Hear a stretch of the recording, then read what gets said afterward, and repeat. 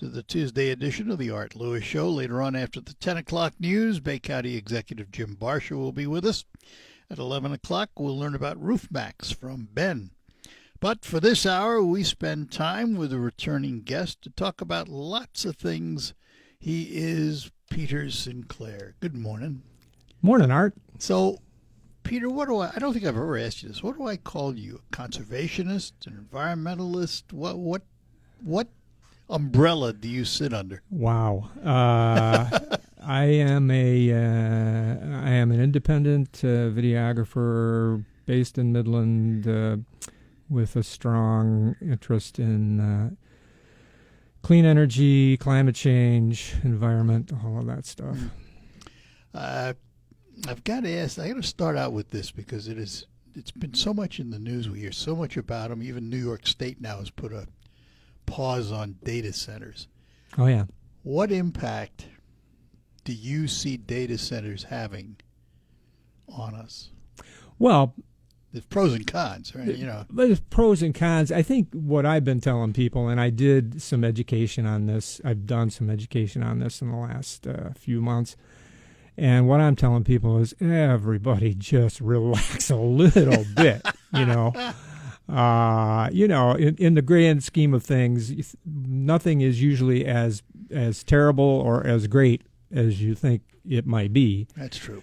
A whole lot of the panic about the data centers is we see these like crazy graphs about how many there are going to be and all this kind of stuff. But you have to remember, there's some of this is sort of a real estate scam.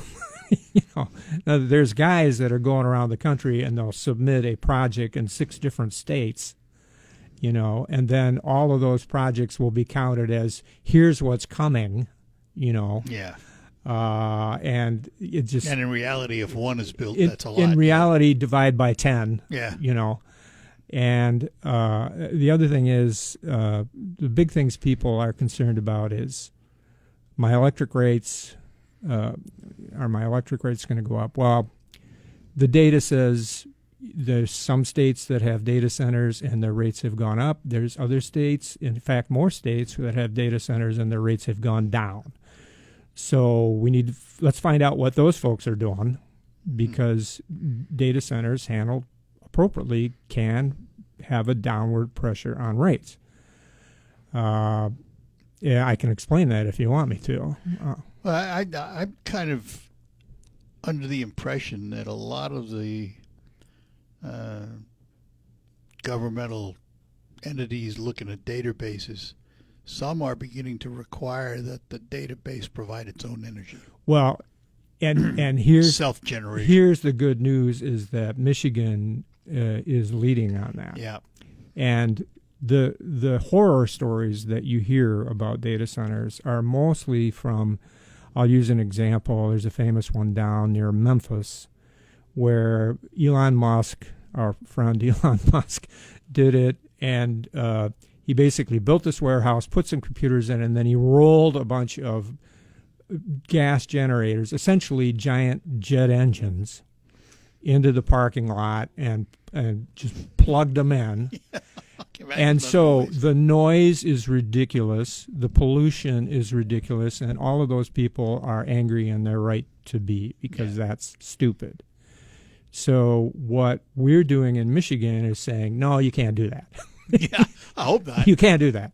So, and by the way, we have clean energy goals.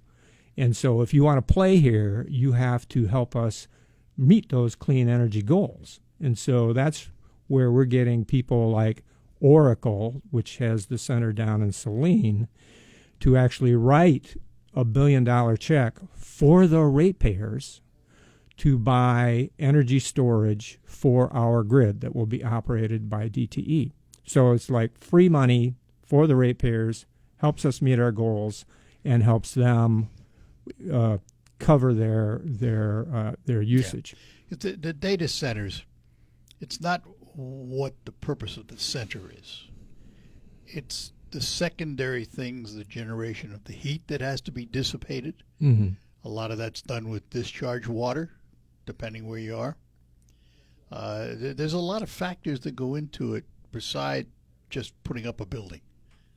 Well, yeah, and the water is another issue that people are freaking out about. The center in Saline is going to have a closed loop system, so it's like your radiator in your car. You top it off, Yeah. And so they're not using. They're not going to use more water than the farm that was there, Right. prior. There's a proposal for another data center down in Van Buren Township, Wayne County, right near the airport. Which seems like a good place for it. Mm-hmm. And they're tying into basically water infrastructure that is sort of been vacated by some manufacturing that was there before, and So nothing new. massive capacity. So it's really not a non-issue. But since it's a hot day, I mean, this is an interesting day to talk about the way the grid works. Like, we build our grid for days like today. Yeah.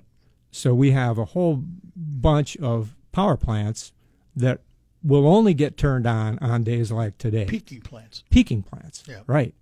But ratepayers have to pay for those throughout the rest of the year, the other 350 days of the year when we're not Yeah. using them. And so what the advantage, the way we can leverage data centers, because on any given normal day, we've got 50% unused capacity.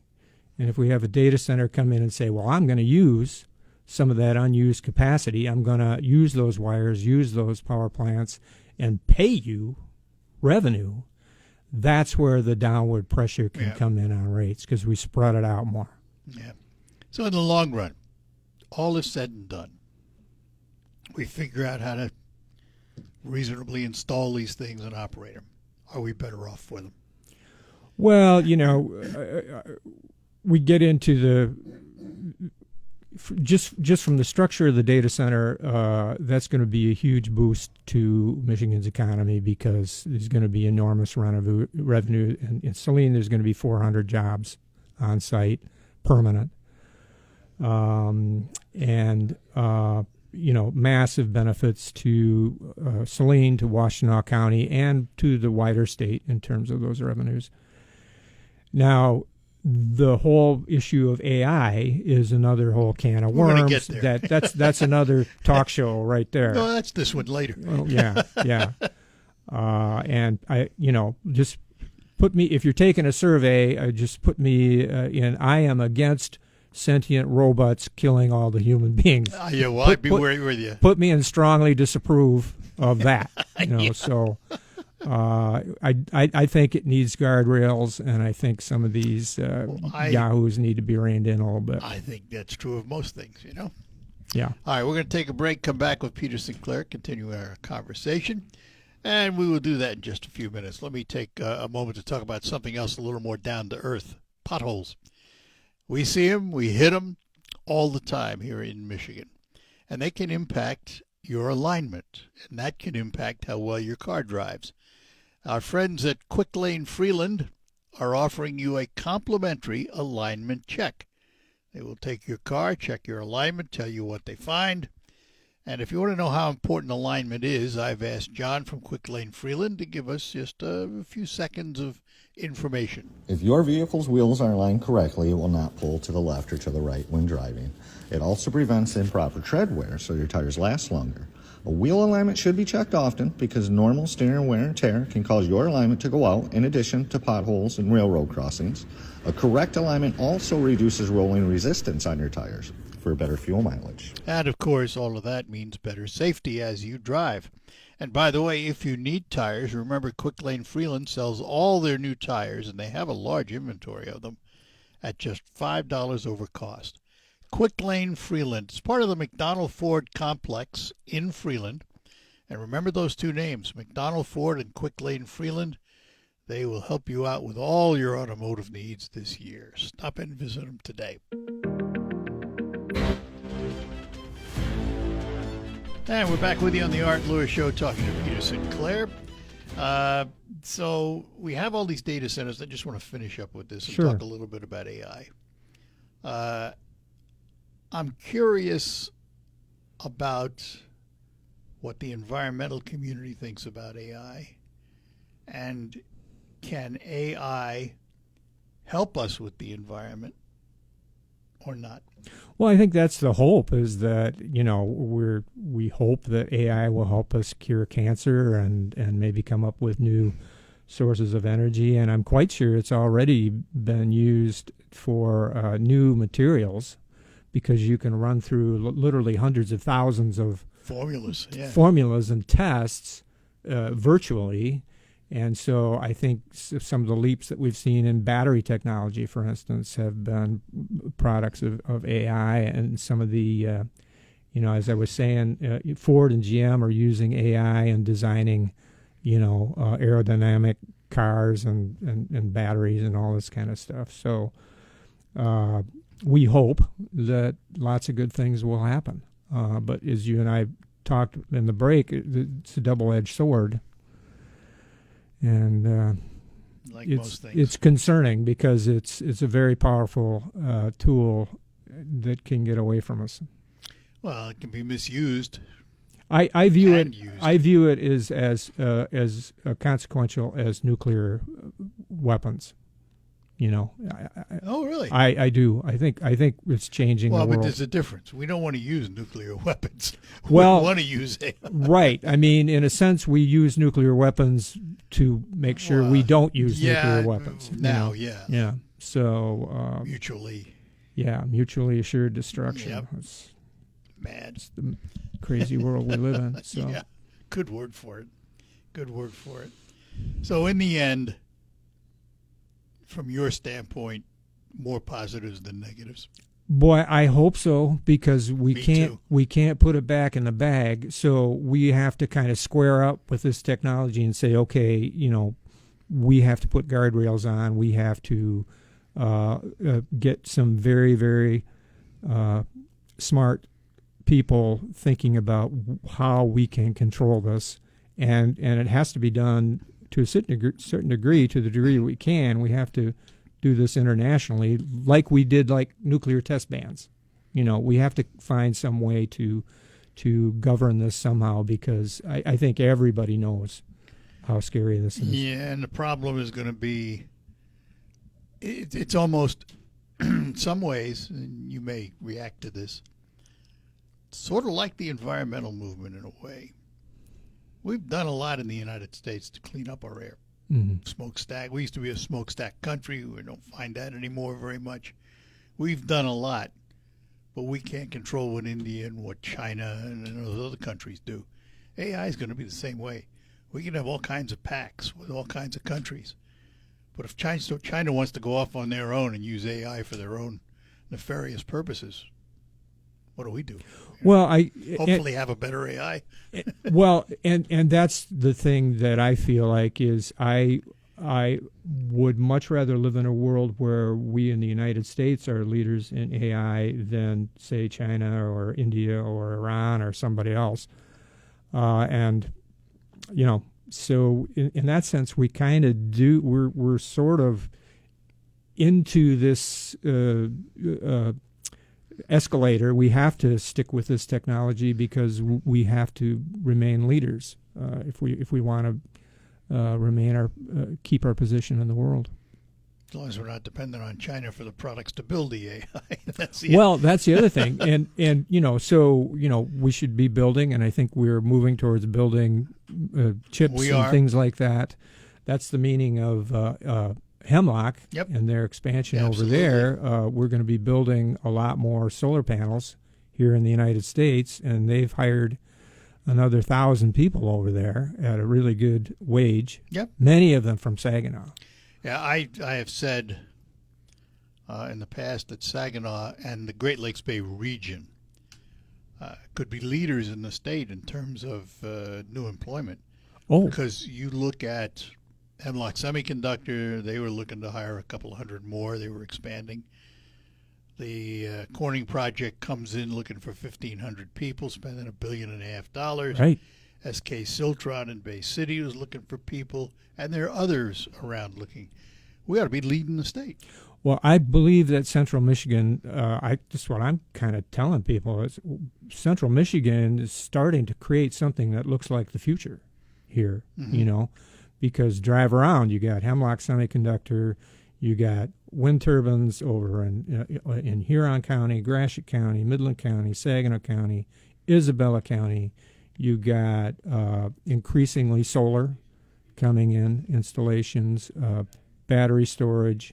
We're like integrating that with the generation that we already have, like cogeneration over in Midland, the gas power plant, which is ideal for this because it can ramp up and down quickly to match the wind and the sun.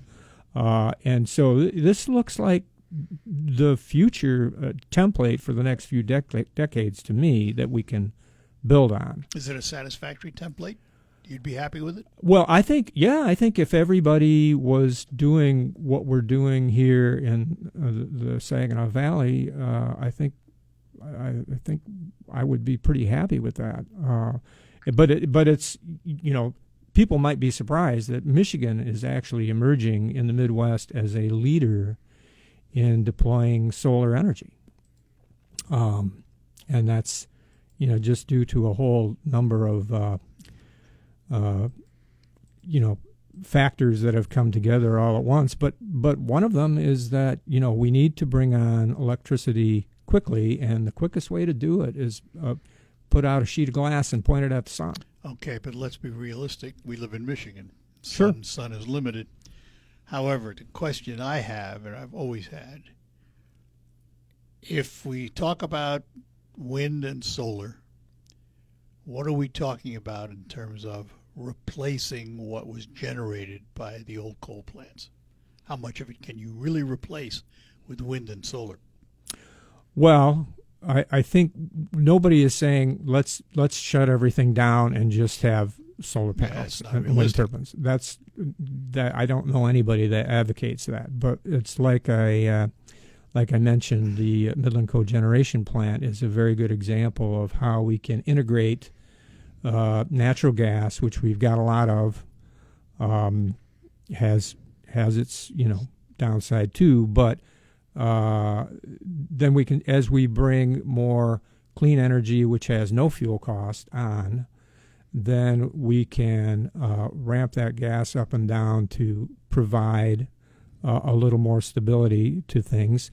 As we bring on, and here's kind of the wild card, is the price of battery storage has been dropping just dramatically, and it's going to drop probably another 2/3 really soon, because now we're not using lithium anymore. We're going to use sodium. Yeah, that's which is big thing. Yeah, which is but again, huge deal. Chinese. Well, okay, but General Motors is going to be one of the leaders. They've partnered with a company called Peak. Yeah. And right. And they're going to be producing these things. And what'll happen there? People will start to look at electric vehicles differently. Oh, yes. Because the term that's been used with electric vehicles a lot is range anxiety. Sure.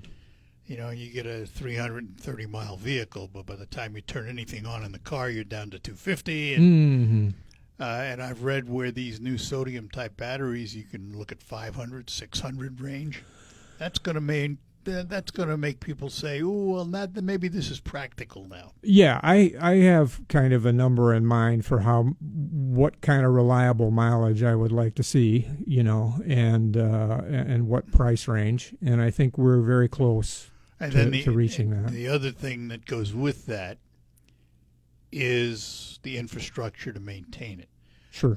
If I drive my car today and I run low on gas, I know that within a few miles there's a gas station.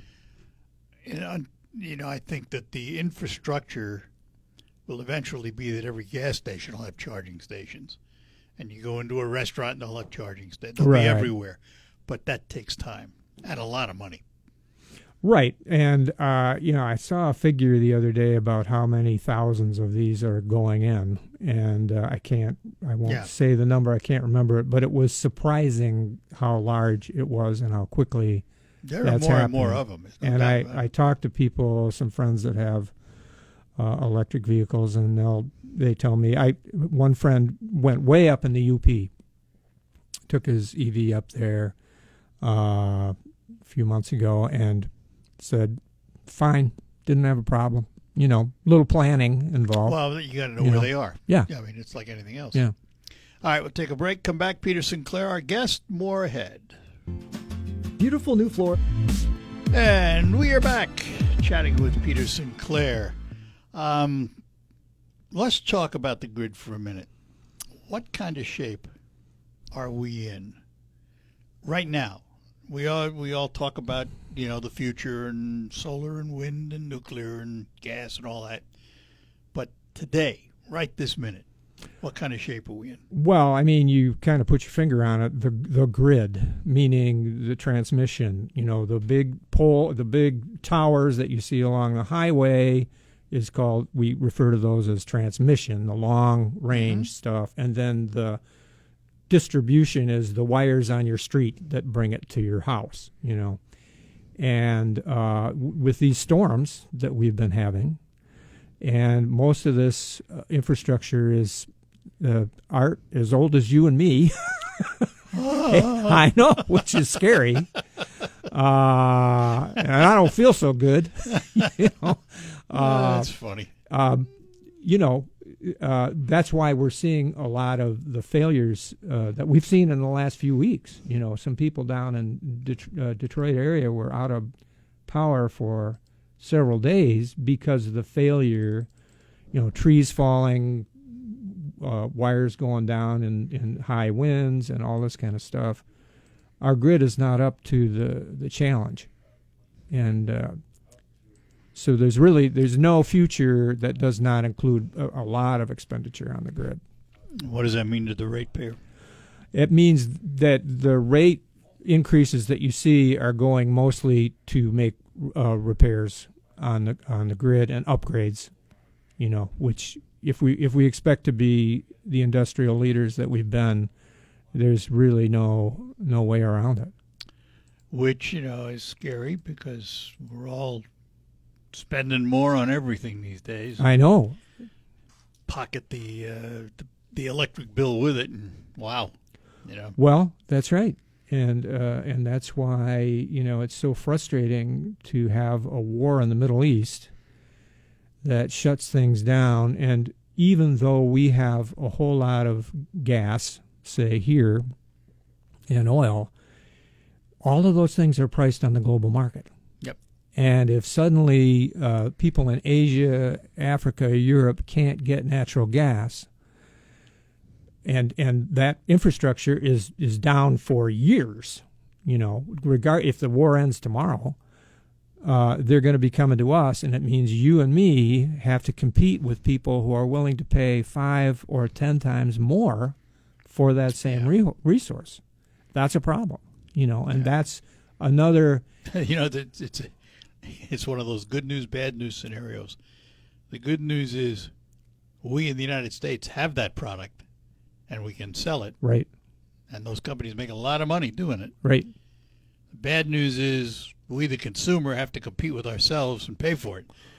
Well, yeah, we have to compete with people from the other side of the world, but this is where, since you and I last talked, the world has kind of changed. Yeah. Because there's been a recognition on the part of leadership all over the world, business, political, everything, that the fossil fuels make us vulnerable to these kind of disruptions. Whether it's Russia invading Ukraine or whether, what's going on now, somebody's going to do it, and it's going to disrupt it, and we're all going to have to pay for it. But on the other hand, I can give you a 1,000-year contract on the price of solar or the price of wind, because I know exactly what that price is going to be, a millennium from now, and that's like zero. So as it just keeps cheaper, it gets cheaper and cheaper to build things like wind turbines and solar panels, because they're widgets. We crank them out, they get cheaper. Then the price is just going to keep coming down. It's not going to go up. But what's the limit? Here's what I mean by that. How many windmills do I want in my backyard? how many solar farms do I want on producing property?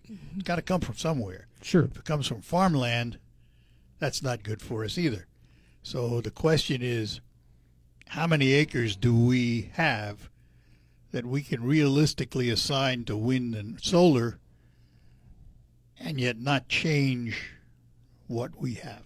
Well, I think even the most aggressive projections for solar would be something on the order of 3% of farmland, say in Michigan, which is less than what we have in golf courses, you know.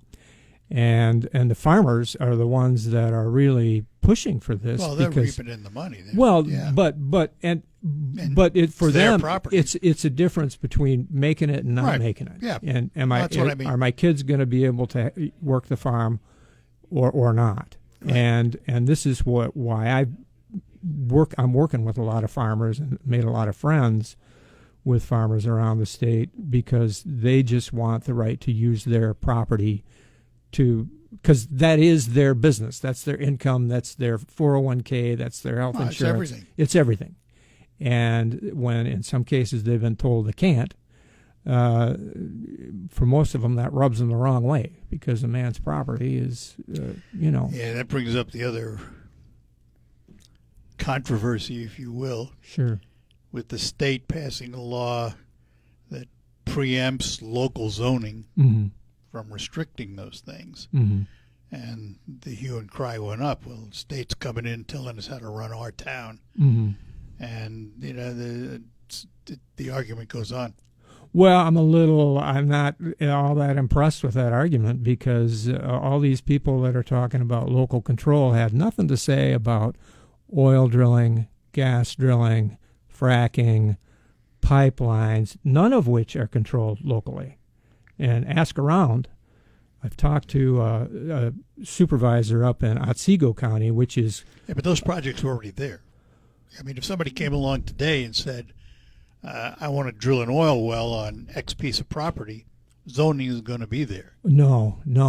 I was going to say, I talked to Mary Sanders, who's the supervisor of Hayes Township up in Otsego, and she said, we've all had this experience. There's a knock on the door. Somebody says, hey, we own the mineral rights to that field that you have here. We're going to drill in the southeast corner. Here's $500. Thank you very much. And they have no say.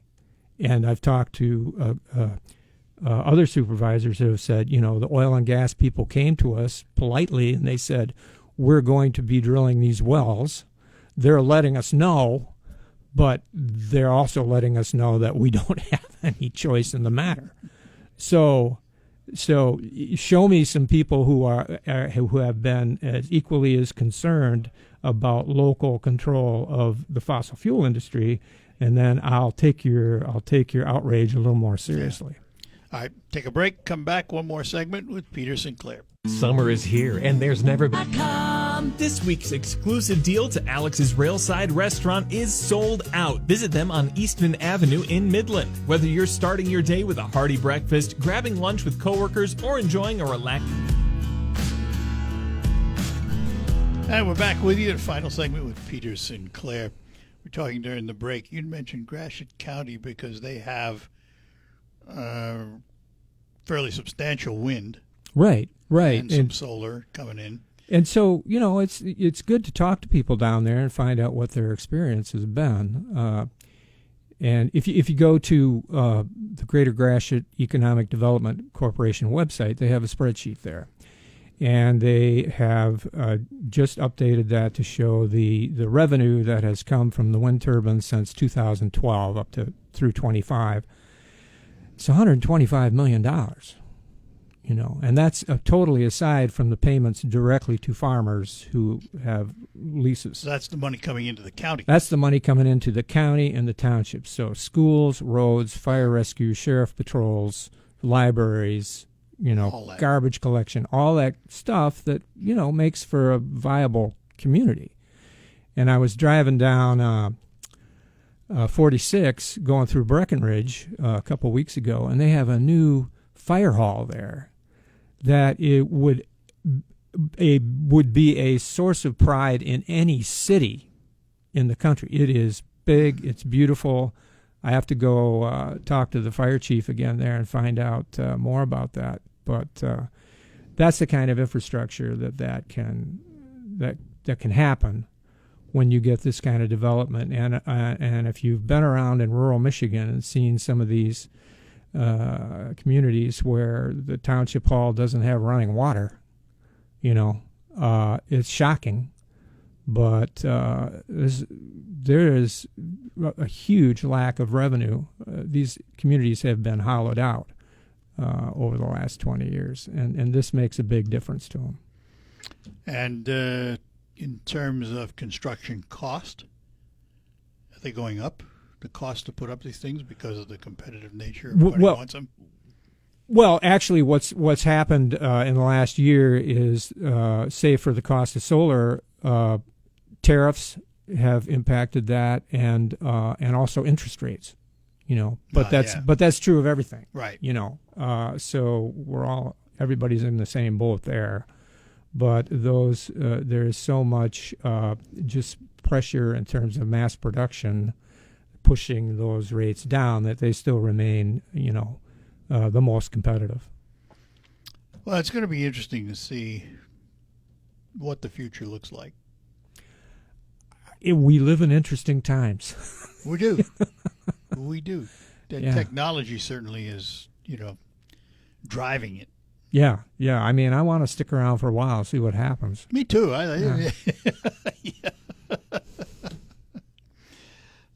So let's talk just for a minute here. We have a minute or two left. Sure. The impact of some of these world crises we're seeing, Iran, Straits of Hormuz.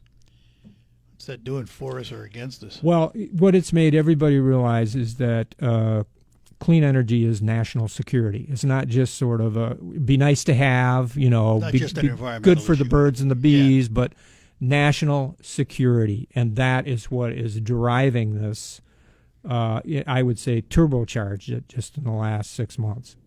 And people aren't going to go back because this has been kind of a searing experience for a lot of leaders, corporate and governmental, and they are just determined to not be held hostage in this way ever again. Can we have enough alternate energy to assure that that's the case? I believe we can. It's a discussion to be had. It's not going to happen overnight. I do think, as you say, we're going to get some new nuclear technology. We're going to get some new geothermal technology, which I actually think another one. Is going to be extremely competitive. It's my dark horse. But those are 10 years out. So in the meantime, we got what we got. Let's finish on this note. Geothermal. Yeah. It's been around forever. Why is it taking this long to be thought of as a major source? Well, we had to, it's sort of a gift of the fracking industry that we learned how to drill really deep holes and sideways with great accuracy and sideways. And so suddenly there's a whole lot of things that really people couldn't think about before that are now possible. Basically, if you go down deep enough, there's hot rock. And that's basically anywhere on the planet. Sure. And so that's the change, because the cutting edge technology, they're using something that looks like a laser beam to drill holes, And so 10 years down the road, they're going to be able to build these at scale at a very competitive rate. Let's hope that 10 years you and I sit down and talk about it. Yeah, let's do it. Let's keep doing this. I really enjoy our talks. So do I, Peter. Peter Sinclair, we thank you for being with us today. You bet. Have a Thanks good for inviting me. Take care. Bye-bye now. We'll take a break, be back, and head up to the news. Campaign season is funny. On 100.5 and 790 News Radio WSGW. All right, our thanks to Peter Sinclair for joining us this morning. Coming up, Jim Barsha will come along and chat with us this morning about things happening in Bay County. Before that, ABC brings you up to date on the nation and the world, and Michael Perch is in the WSGW newsroom to fill you in on the region and the state. I'm Art Lewis. We'll be back right after the news. Broadcasting from the